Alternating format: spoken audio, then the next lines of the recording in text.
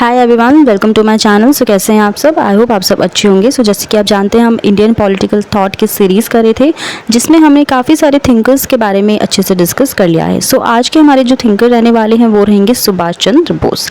इनके बारे में आज हम सारी चीज़ें जानेंगे। So without wasting more time, let's begin.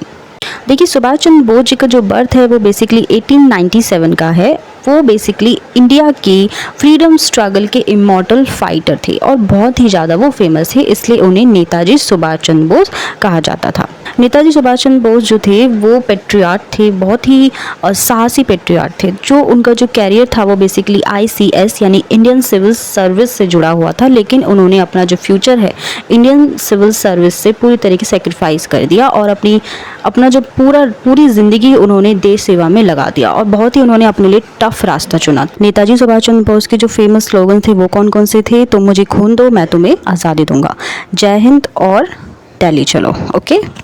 सो आज़ादी की लड़ाई के लिए उन्होंने इंडियन नेशनल आर्मी ऑर्गेनाइज की और देश को जय हिंद का नारा दिया। सुभाष चंद्र बोस कोई फिलोसोफर नहीं थे। उन्होंने नेशन बिल्डिंग के गोल को सामने रखकर उन्होंने टाइम टू टाइम अपने थॉट्स सामने रखे, तो उनमें इनके पॉलिटिकल जो थॉट थे उस सारी चीज़ें देखने को मिलती हैं। तो ये थॉट उनकी बायोग्राफी थी एन इंडियन पिलग्रिम्स, यानी कि एक भारतीय तीर्थ यात्री। एक सबसे इम्पॉर्टेंट इनकी एक और आर्टिकल था जो कि था द इंडियन स्ट्रगल।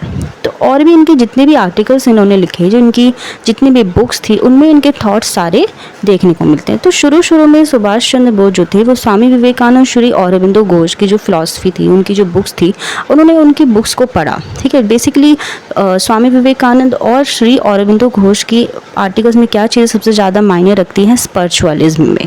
ठीक है, तो इन्होंने सुभाष चंद्र बोस ने इन सब चीज़ों को रिकॉग्निशन दी। इसके बाद उन्होंने महात्मा गांधी के साथ भी उन्होंने नॉन कॉर्पोरेशन मूवमेंट में वो शामिल हुए। नॉन कॉर्पोरेशन मूवमेंट का उन्होंने सपोर्ट किया, लेकिन बाद में गांधी जी से उनके कुछ डिफरेंसेस होने पर उन्होंने इंडियन नेशनल कांग्रेस के जो प्रेसिडेंसी से उन्होंने रेजिग्नेशन दे दिया और अपने नए पॉलिटिकल ऑर्गेनाइजेशन जो कि था फॉरवर्ड ब्लॉक की उन्होंने यहाँ पर नींव रखी।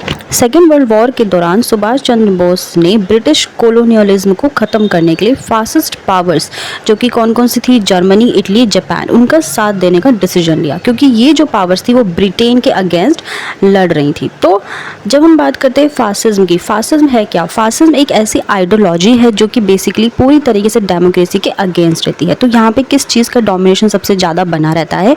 एक ऐसी पर्टिकुलर पार्टी का, एक ऐसी आइडियोलॉजी का जो पूरी तरीके से लोगों पर एक टायरनी रूल जो सबसे ज़्यादा अपनाने की कोशिश करती है, एक अत्याचारी शासन जिसे कहा जाता है। ठीक है, तो एक टायरनी रूल सबसे पहले जो कहाँ पर आया था, बेसिकली फासिज्म की जो शुरुआत कहाँ से मानी जाती है? इटली से। किसके थ्रू?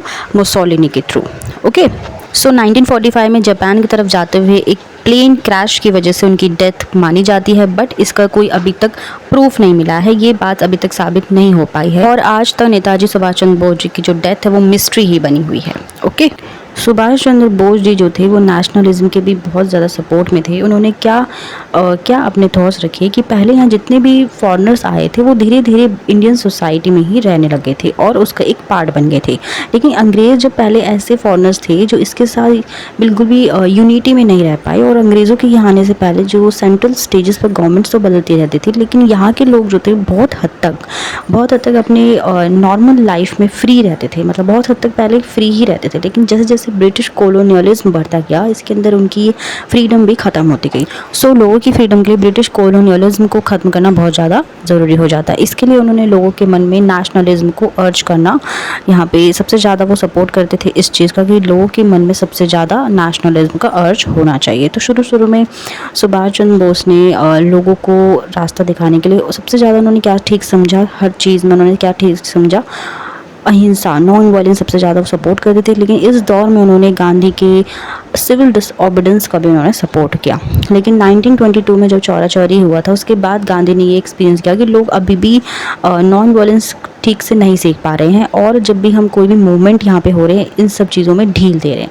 ठीक है, तब सुभाष चंद्र बोस के गांधी जी के साथ कुछ डिफरेंसेस यहाँ पे देखे गए। ओके। सुभाष चंद्र बोस के अकॉर्डिंग जो नेशनल यूनिटी और नेशनल प्राइड के स्टैब्लिशमेंट के लिए लोगों के मन में नेशनल एस्पिरेशन को जगाना सबसे ज़्यादा ज़रूरी हो जाता है। ठीक है। सो नेशनलिज्म इंडिविजुअल को सेल्फ सेंटर्ड नेचर से ऊपर उठकर नेशनल इंटरेस्ट के बारे में सोचने के लिए इंस्पायर करता है। ओके सो फ्रेंड्स, आज के लिए बस इतना ही। आई होप आपको नेताजी सुभाष चंद्र बोस के थॉट्स अच्छे से क्लियर हो गए हों। अगर आपका कोई भी डाउट है तो आप मुझसे ज़रूर पूछिए। अगर आपको वीडियो अच्छी लगी हो तो प्लीज़ लाइक कीजिए, शेयर कीजिए और मेरा चैनल सब्सक्राइब करना बिल्कुल ना भूलें। And very very very happy Independence Day to all of you. मिलते हैं अपनी नेक्स्ट वीडियो में। Till then bye bye, take care.